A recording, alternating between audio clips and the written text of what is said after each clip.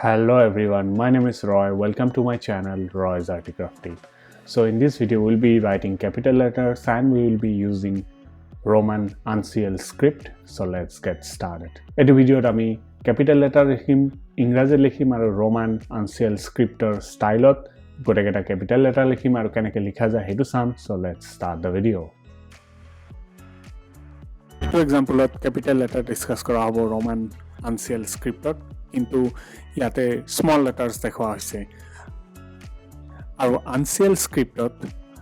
capital বা majuscule বা minuscule বা lower case বা small letters কোনো differentiation কোনো হেতু মানে category নাই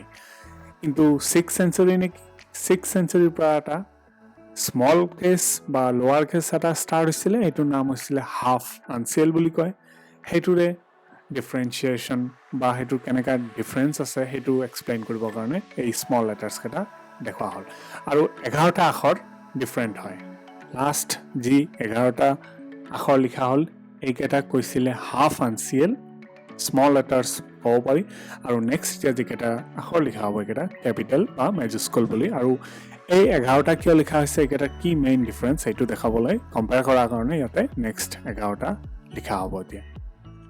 এডু স্টাইলত বেসিক তিনিটা স্ট্রোক লিখা হয় প্রথম লাইন ডান আনা হ'ব নেক্সট এরো আডাল দিয়া হয় বা পয়েন্টেড করা হয় যেটো সেরিফ বুলি কয় থার্ড যেটো হয় এটো এই ঘূৰণীয়াকে লাষ্টত দিয়া হয় এটো মানে তিনিটা স্টেপ ইয়াতে থাকে আৰু এটো স্টাইল বা এটো আনসিয়েল স্ক্রিপ্ট লিখিবলৈ হলে ব্রড এজ বা ফ্ল্যাট নিপ থাকা পেন হলে কলম হলে এটো ভাল হয় এটো স্টাইলত লিখিবলৈ হেতু বেছি সুইটেবল হয় ফ্ল্যাট বুলি কলে যিকোনো সাইজৰ হ'ব পাৰে 2 mm হক 3 4 5 যিকোনো mm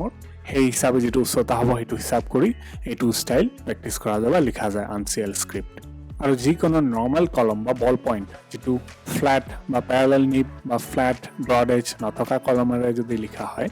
এটো স্টাইল লিখা যাব কিন্তু যেতিয়া ব্ৰড এজ বা ক্যালিগ্ৰাফি যদি কৰা হয় তেতিয়া কিন্তু যিকোনো আখৰ যেনেকৈ লিখিলে নহব তেতিয়া এটা শেপত পাৰ্টিকুলাৰ শেপত সাইজত এটা স্টাইলত মেইনটেইন কৰি গোটেইটা আখৰ লিখিব লাগিব যদি ক্যালিগ্ৰাফি কৰা হয় আৰু ইয়াতে এটো দেখুৱা হ'ল যে কোন 11টা আখৰ হাফ আনসিয়েলৰ লগত ডিফাৰেন্ট হয় আৰু বাকিখিনি মেজস্কুল বা ক্যাপিটাল বুলি কয় আৰু বেসিক ডিফাৰেন্সেস খিনি নেক্সট স্টেপত দেখুৱা হ'ল